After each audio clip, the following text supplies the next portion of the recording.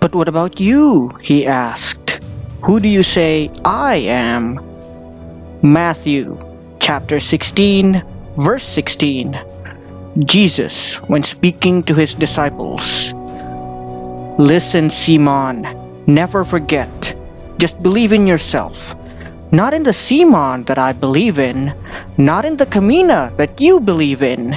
Have faith in the Simon who believes in you." Kamina's penultimate parting words to Simon in episode 8, right before performing the first Giga Drill break. "Hi everyone, Natural Juan here.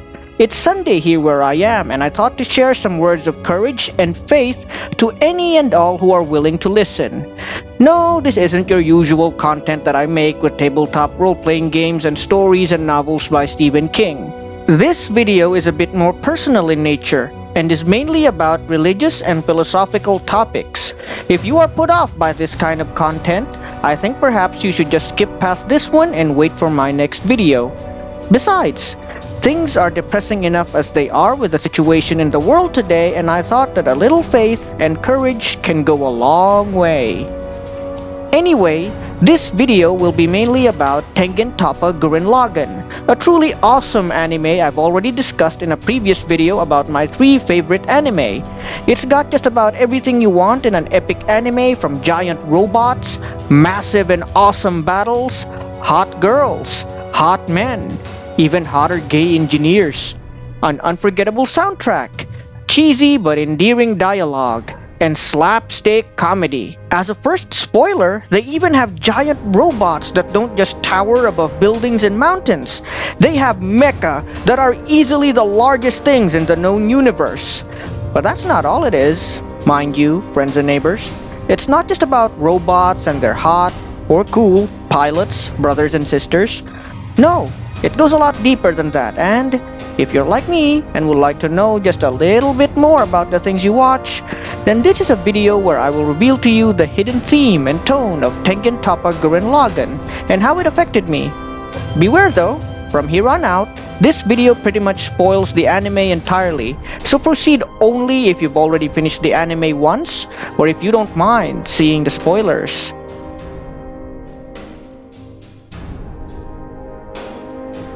First and foremost, I'll talk about my life when I was a lot younger and a bit more foolish in my beliefs.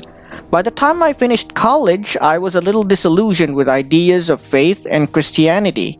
You can say that I was quite lost because I became really tired with the idea of Jesus that religious people often tried to push at others. It was around 2009, right after my graduation in fact, that I first saw Gurren Lagann on Animax in our TV. It changed the way I saw things in terms of my own religion, and pretty much blew my brain up. Of course, I started watching the show because of the mecha battles. I am, after all, a big fan of mecha anime like G Gundam and Duel, even if I'm actually the only person I know who actually still likes them. However, it was later on, after the death of who I thought was the show's main character, Kamina, that I thought there was something more to the anime. His death, to the casual viewer, might seem like just another anime death like that seen on Dragon Ball or Yaiba. However, observing his relationship with the other characters, especially that of Simon, the anime's actual main character, and observing the effect of his death throughout the series will let you see that there really was more to his character. For one thing, you'll see in a conversation with Yoko Littner, the sexy main female character who might be considered a mainstay of the series, how Kamina truly cherishes the future of mankind.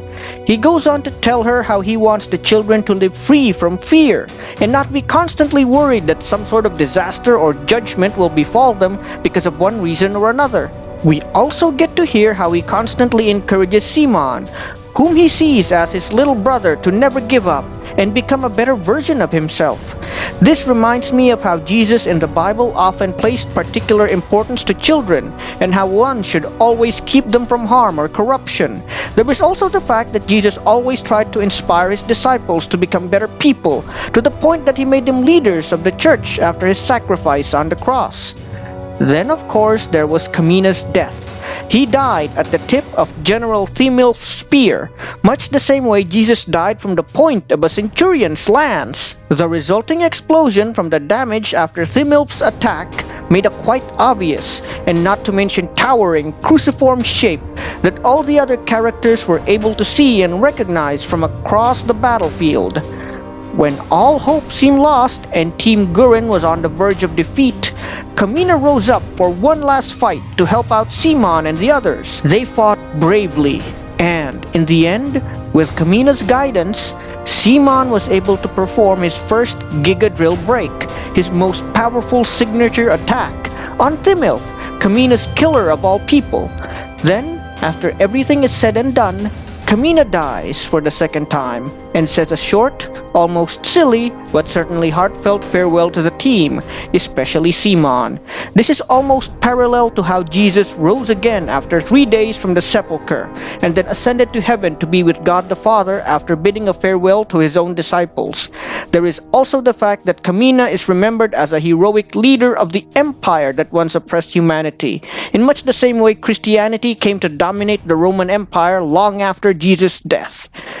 Finally, we have Kamina returning for a second time in the second half of the anime movie as the ultimate form of the Gurren Lagann mecha.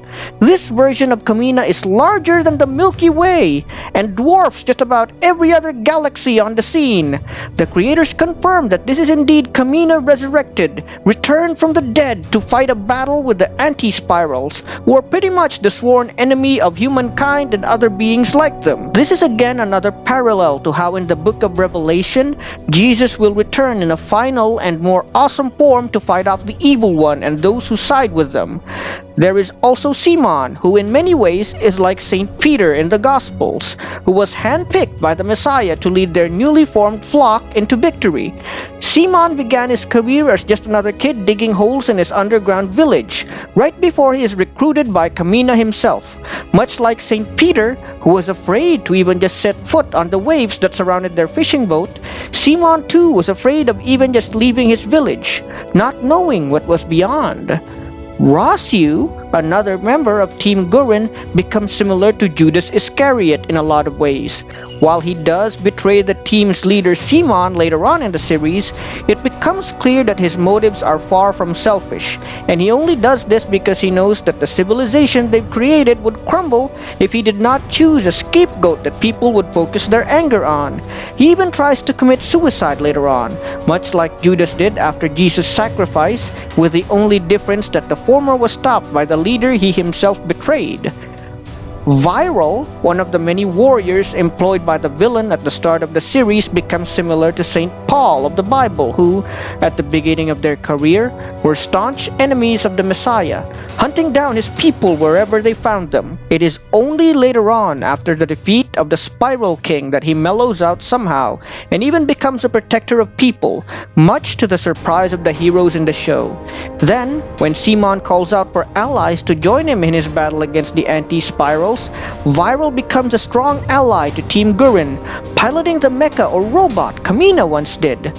Lastly, we have the anti-spiral, who has some resemblance to the evil one, at least in terms of their motivation and nature. After all, the name Satan actually means adversary or accuser, and is meant to signify his role as the angel who goes against humankind, seeing humanity as inferior and unworthy of God's love.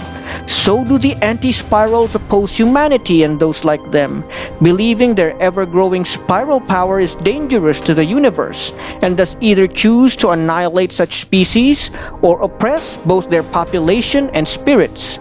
The end result of the anti-spiral's effect on a civilization is hellish, being reminiscent of the underworld mentioned in the Bible, that while people's souls may continue to exist, they lead a dreary and despondent life of sorts, and can never hope for anything better. Anyway, that's it for this episode of Natural Juan. I really hope you enjoyed this video. Special shout out to my friends in the Singles Ministry, and welcome back, Michelle Lumanta. Natural Juan